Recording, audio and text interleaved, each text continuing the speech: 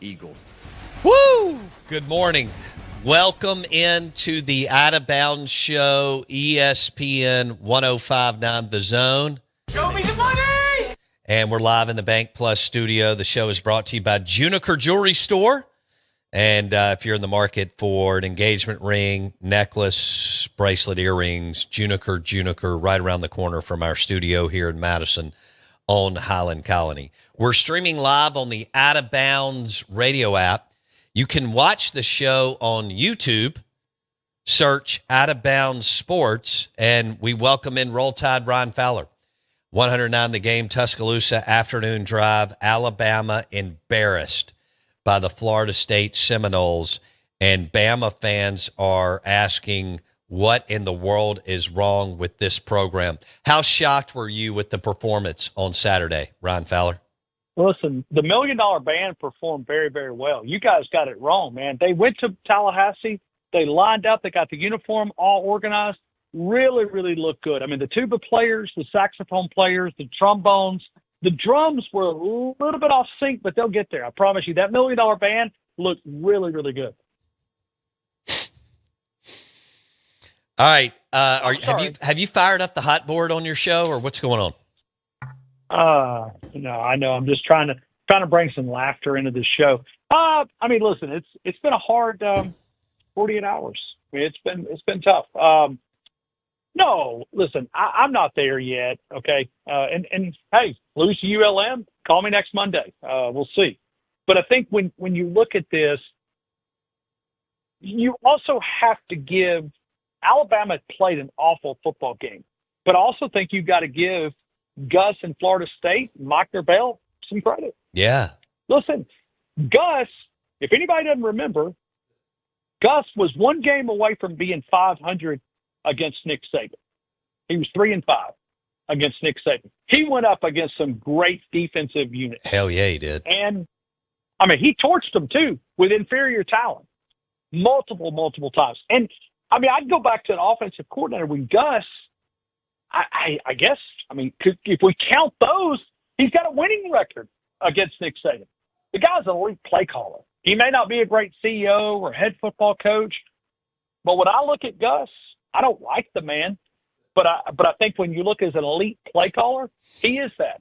He did take advantage of Alabama. I mean, it looked like a confusion.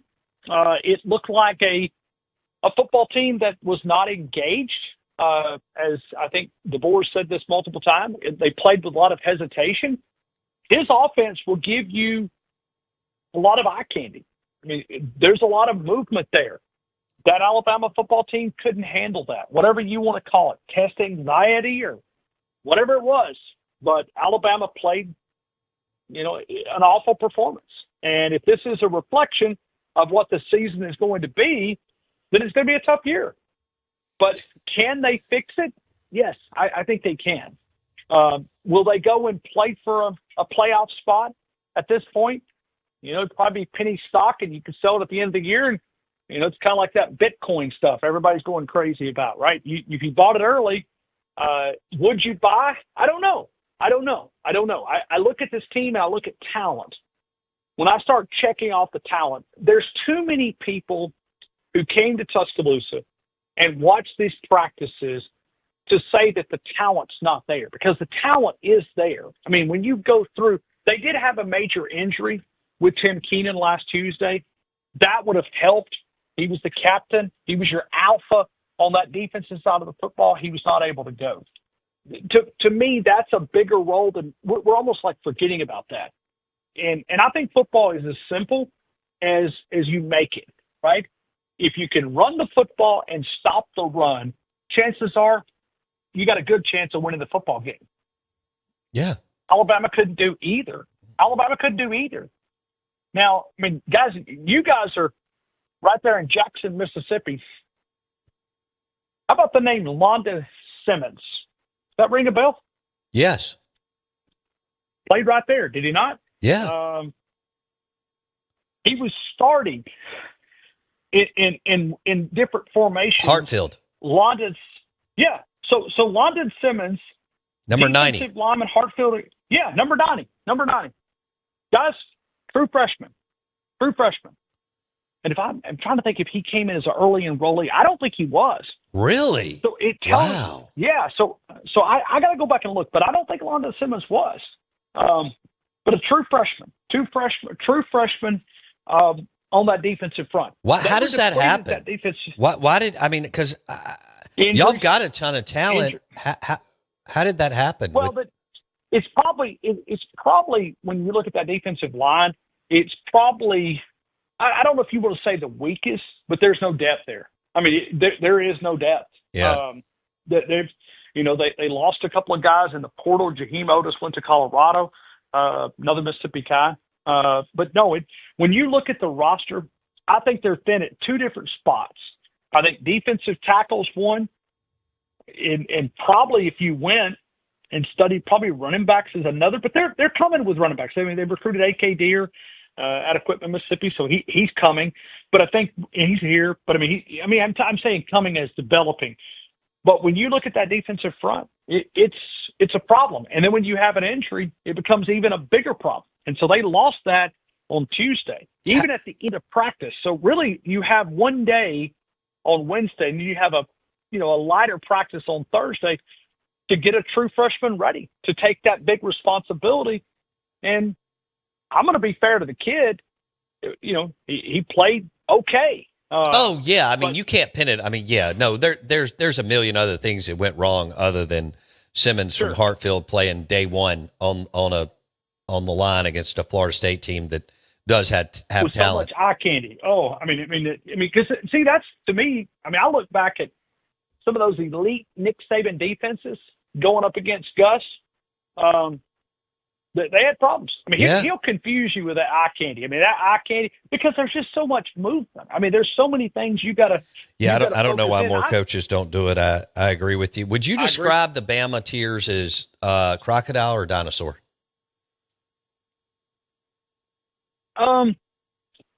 I think there's an overreaction that's a little bit fake, because it's not realistic. Because there's a lot of fans out here that are calling for DeBoer to be fired, right? Now, that's probably not the majority, but there's a few. But guys, I'm here to tell you that there's no way that happens right now. It's just from a buyout standpoint, that stuff is, I feel like I'm discussing whether I'm going to be a supermodel, and there's no chance of me ever doing that. And I just don't think right now that it's at that point. Listen, Greg Byrne, if Kalen DeBoer's on the hot seat, and I'm saying he's not, but if he is, then you know who else is on the hot seat? Your AD? Your AD. Sure. Because if you're going to tell me that's true, then I'm going to tell you that, hey, Greg Byrne, because he was hired for one reason. He was going to be the guy that was going to replace Nick Saban. He was the guy, right? But I'm going back and saying, no, I don't think any of it's true. But from a buyout standpoint, they're not going to make a decision. Is it 70 million, 80 million? What is it, roughly? 70 million. Okay. 70 million. But I think there's been an overreaction. Listen, Alabama got their head kicked in at Florida State. We don't know how good Florida State's going to be. Give me an unbiased opinion, Bo. Is Florida State a playoff team? Yeah, today. After week one and the schedule that they have after crossing y'all off the list, yes. Yep. Look, Miami, Florida State, and Clemson, all three have and Clemson lost, but all three have a path with their schedules. But all right, so back to Bama. What 70 million on the buyout. You got Georgia in 3 weeks. 4 weeks, excuse me. Okay, so can DeBoer, do you think he looked lost at the press conference yesterday? Or whenever it was, Sunday, Monday, whenever it was? The one Saturday I thought was going to be one of his most passionate press conferences. I know that's not what you're asking, but I'm going there. But I think what he did is he connected the dots that he left after the press conference after probably watching the film. No, I don't. I've seen the video clip. In that room, I don't think he heard the question correctly. And I know this is going to really sound crazy, but I sat up in the front row, and there's an air conditioning vent that's right above the coach. And Coach Saban used to do this. I kept thinking, Coach must be going really losing his hearing. But then as I'm listening, it's sometimes hard. Plus, now Mike Rodak asked the question correctly, but sometimes they like us radio broadcasters, we know how to hold the mic. But so that voice of you hearing him respond, I don't think he could have heard the first question. And he talked about, did we practice great last week? Is that the comment because it does, the video clip looks like he's a little bit lost on his response. Right. But I think if you listen, get beyond that, and the one thing he talked about is players have got to let loose. Well, that connects the dots from what he said post-game. He said they played with a hesitation. They played trying to overthink it. And they went back and studied the way they coached, the way they implemented it, and said, look at it. Look at it. We coached you to do this. What was the issue? Well, the issue is they played with a hesitation. So I think when you look back and you connect the dots, if you only heard one of it, it kind of sounds weird. But if you hear the others, it kind of connected the dots because he talked about the hesitation, but then he followed it up and said, hey, you got to let loose, man. You got to go play. You got to go play. You got to go have fun. College football is supposed to be fun. But it connected my dots to understand what he's talking about from a hesitation. So, but I could also see where you look at that one video clip and you don't watch the other stuff and you're going, okay, yeah, man, ooh, wow. That was a weird response. But if you listen to the others, it kind of connects some of the dots. I hope that makes sense. It may not. Maybe I sound like DeBoer a little bit. All right. So Roll Tide Ryan Fowler on the Farm Bureau Insurance guest line. I think people want to automatically blame the quarterback. I actually thought Ty Simpson did some good things. I just thought everything was melting down around him for both units from the jump. So I think he needs more time. How do you see it? Yeah, I do as well. You look back at Ty Simpson. For one, what they did with those checks, they asked him to do a lot. I know they were elementary, but they did some checks with him. That tells me that they trust Ty Simpson. Because I saw more checks with him than I saw with Jalen Milroe last year. Is that fair? Absolutely. He was moving things at a rapid pace. He missed some guys. He missed a wide open progression early on. If you'll watch back the tape, I'm trying to think if it was Ron, if it was Germ Bernard. It was a miscue. Yeah. But I look back and I think about this. Okay, you couldn't run the football at all. You could not run the football, and Florida State knew that, and they were putting pressure with 4 guys. Right. 3 and 4 guys was putting pressure. Some of that was because Ty panicked and left the pocket a little bit early. But I also look at you take a running back away. Ty Simpson was the leading running back in that game. As far as rushing. He had also more carries. Some of that was sacks, but you have no rushing attack, and then you're asking a first-year starter, first starting on the road, to go up against a secondary who doesn't believe that you can run the football. And if you do, they couldn't run block, they couldn't run the football, and so you're pretty much asking him, okay, we're going to drop all these guys in coverage, and you're going to find them. And his wide receivers, Ryan Williams, maybe. It could have been my disappointment of the entire game would be either between him or the left tackle and Caden Proctor. Because Ryan Williams didn't show me anything. If you look at that game and you don't know anything about Ryan Williams, would you say he's a potential All-American, all these preseason recognition? No, he doesn't even look like a guy that can make an impact. He looks like a guy that's fighting for his start based on that performance. But I don't think that's who Ryan's going to be. But in that performance, he looked awful. Wow. Okay. Here's what Kirby said a couple of years ago. Five drops. He had 5 drops. Yeah, no, they didn't. 5 drops. They didn't do Ty Simpson any favors. We're visiting with Ryan Fowler, 109 the game, Tuscaloosa. He joins us on ESPN 105.9 The Zone. Bama embarrassed by Florida State week 1, and Alabama fans are asking questions. This is what Kirby says it takes to be successful. We have a saying around our place, we eat off the floor. And if you're willing to eat off the floor, you can be special. Are y'all willing to eat off the floor? Ooh. What do you think? We're I don't know. I mean, has DeBoer turned this into a soft program? If you're willing to eat off the floor. Yeah. Man. I took epidemiology in college. There's a lot of things going through my head right now. No, I don't eat off the floor. I don't know if I would encourage you. Hold on, like one of your favorite lunch spots where you've got a blue plate. Sometimes you got to get down on the floor with that pork chop and those mashed potatoes if you're committed. Yeah, but I know, but maybe I'm just not committed enough. Okay. Well, is DeBoer? I don't. Do you think this could still work? I do. Okay. I do. And I think, listen, the biggest thing is, and for anybody, listen, I was raised in a mobile home, so nobody take this as an offense because those are great places to live. I was raised in one all my life. Alabama fans, what's happened is it's kind of like a rich person moving out of the country club neighborhood and moving to the trailer park, the mobile home park. Okay. There's an adjustment for Alabama fans because they were at the pinnacle. They were living with all the celebrities up in the big, championships and all of that. And then they have to go to the trailer park. And the first question they ask is, where's the hot tub? Where's the indoor pool? Well, we don't have one of those. Wait, where's the golf course? Don't have one of those either. It's an adjustment that Alabama fans are just not, like, they're having a harder time.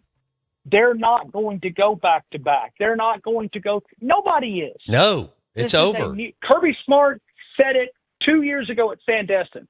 Undefeated seasons are a thing of the past. And when he said it, I went, But it was a wake-up call.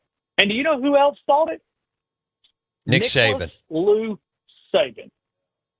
And his ego would not allow him to stay and take this type of college football because he was so accustomed to winning. That's the biggest problem with Alabama fans is you can't convince them because everybody's done it. They did it in the 60s. They did it in the 70s. They did it, well, they won in 92, but then they did it with Nick Saban. And so their recalibration of trying to adjust to the new college football. They can't do it. They can't do it. All right, so. And I've tried it. I'm losing battle, man. I'm climbing Mount Everest in flip-flops. It just doesn't work, but I'm going to Did you have your show yesterday? Oh, yeah. It was, yeah. Oh, man, I bet. Good grief. Walmart sales are down. I mean, I don't know what the hell y'all are going to do. But here's what I was thinking. Post Bear Bryant, you've had two coaches that have been able to handle the enormity of the job, as you know, Gene Stallings and Nick Saban. And you've had a bunch that have not. Perkins, Curry, DeBoer, Fran, Shula, hell, even Mike, whatever his name was that lasted a few months. I mean, it's a lot, as you know, Ron Fowler. I mean, Fran won 10 games, and his wife was like, we have to get out of here. These people are crazy. And he took the A&M job. And that was under a cloud of probation in which he had done a hell of a job, as you know.